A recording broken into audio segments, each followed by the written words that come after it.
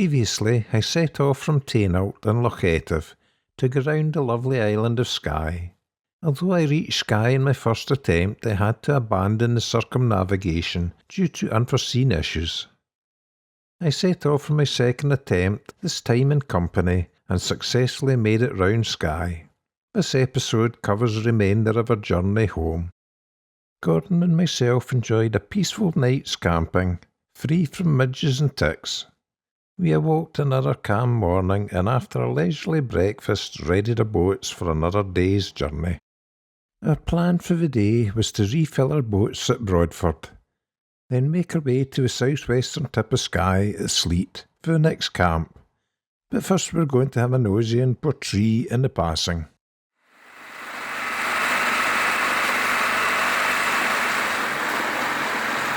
Portree is the principal town in Skye, but the petrol station is a fair walk from the harbour, which is why we didn't refuel here.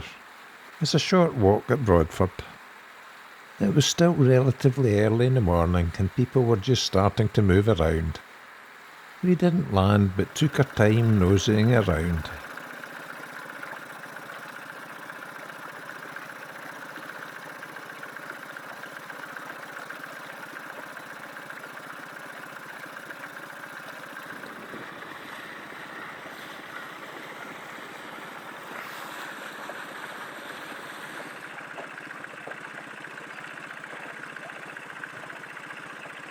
It's always a pleasure to see the reassuring sight of the lifeboats, although I'm fortunate enough never to have required assistance of one.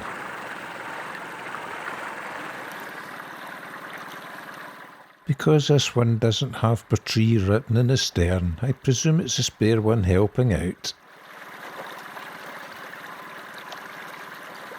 Having seen enough to say I had visited Portree, I headed on my way. The summits of Skye, the Bastille Tooth and Bruch na Free look magnificent above the low-lying cloud.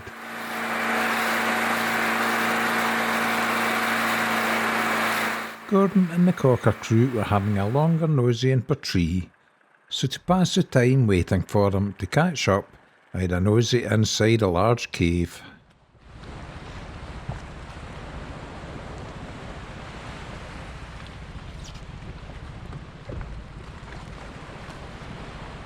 I find it best to reverse in to keep a close eye on submerged rocks.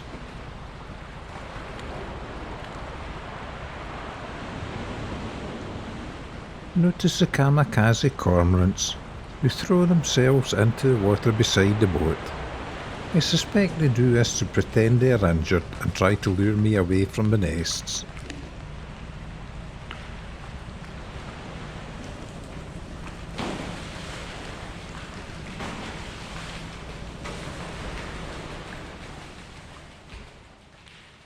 I didn't hang around as I didn't want a cormorant claim to say I had run over one of a flock.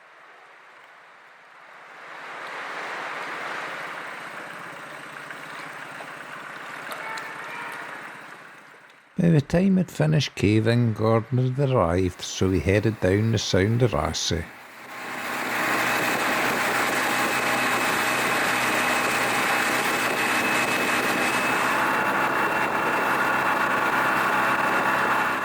The sky had clouded over and the wind was freshening a little, so we decided to go down the inside of Skye, rather than go along its exposed seaward side.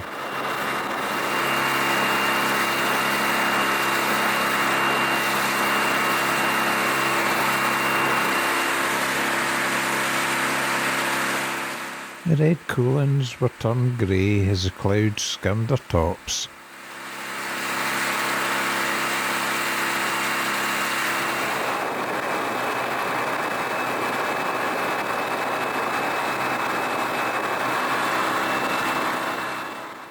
Once clear of Skye and passing Pabby, we soon arrived at Broadford. The petrol station and shop are only a few hundred yards from the shelter of Broadford Harbour, where we also enjoyed a coffee and bacon roll from the cafe. Refreshed, relaxed, relieved and refuelled, we then headed on our way again.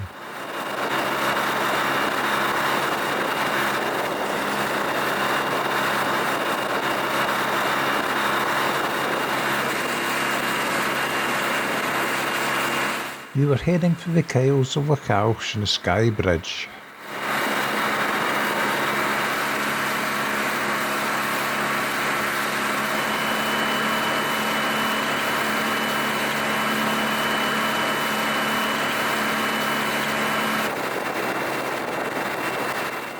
Once under the bridge and passing the Kyles, I slowed to the gawk at Castile Mall, then continued on the way to the Narrows at Kyle Rear.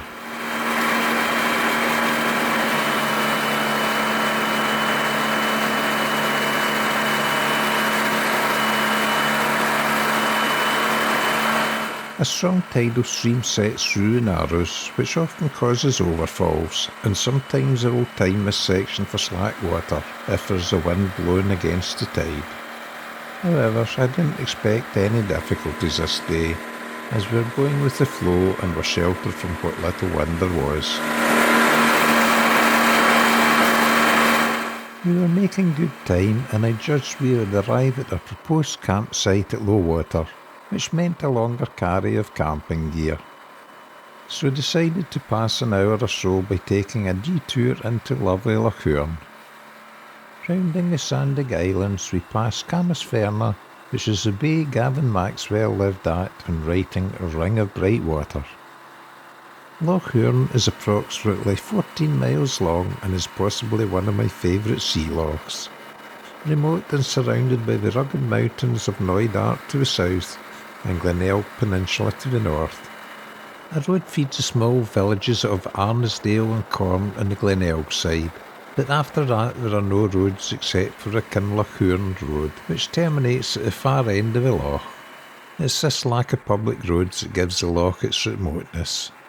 As the loch narrows, the mountains seem to get higher and hem in the loch. Gordon went as far as Barrisdale Bay, where he landed to give the Cocker crew a leg stretch.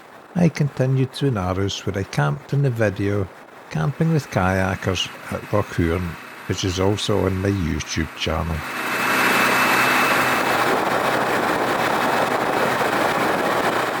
I then headed back to Barrisdale Bay for my own leg stretch.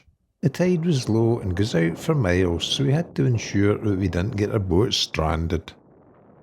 Having happily admired enough of this lovely sea loch, we headed back to the Sound of Sleat with this view of a magnificent colon of Skye.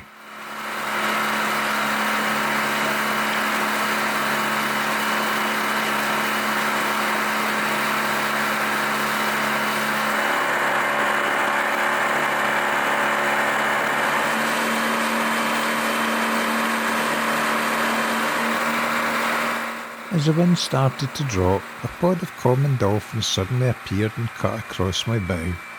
Not much I could do but hold a steady course and speed, which seemed to work as I didn't accidentally hit any.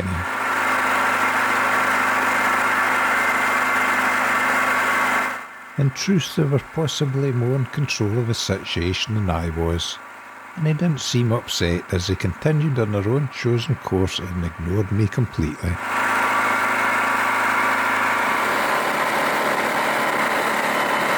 I too continued on my course, pausing to watch a large pod of harbour porpoise. Although normally shy creatures, they were not bothered by my presence. Porpoises are much smaller than dolphins and have a smaller dorsal fin.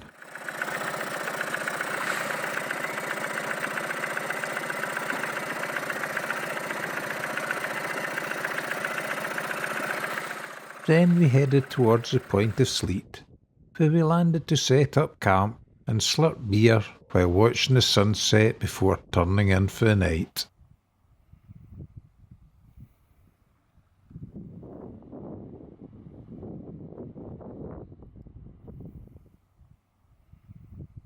And another perfect day at sea was done.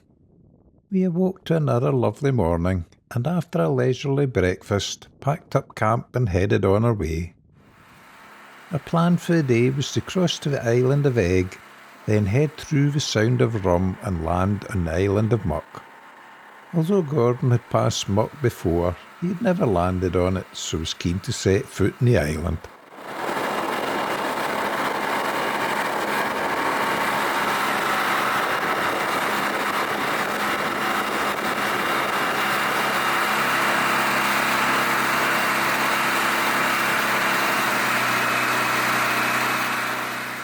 We landed in the sandy beach at Gallinach, on the north of the island, and while Gordon exercised the Crocker crew, I made myself a coffee and admired the views. Then we went on our way again. It was such a peaceful morning, and I felt ecstatic knowing that I'd circumnavigated the island of Skye from Taynuilt in a small 4-metre inflatable boat. It was also wonderful knowing the worry of the journey was over, as it was now only a hop, skip and jump to get round Ardnamurchan Point, then head home, and all in good weather conditions. Even the dolphins appeared to jump for joy for me.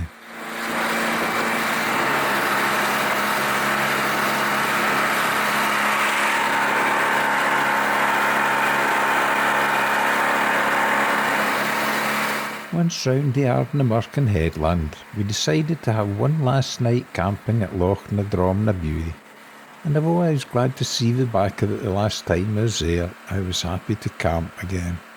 To celebrate, we went to Tobermory for a fish supper, washed down with plenty of beer. I fell fast asleep when I got back to the tent, but needed to get up to empty my bladder during the night. That's when I saw the werewolf slinking back into the trees. It was in fact a large stag that wandered around my tent all those times I camped here. He was obviously complaining I had stolen his space. I decided not to camp there again, as it would soon be the rutting season, but I'm sure we will torment each other again next season. And it was another lovely morning when we set off from Loch na Drom to head down the Sound of Mull, then enter Loch Etive and reach home.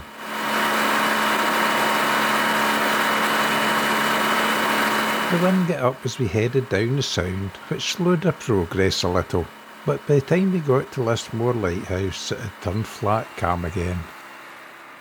Finally I was back in familiar waters again, having travelled more than 600 miles during my 2 attempts to go round the island of Skye.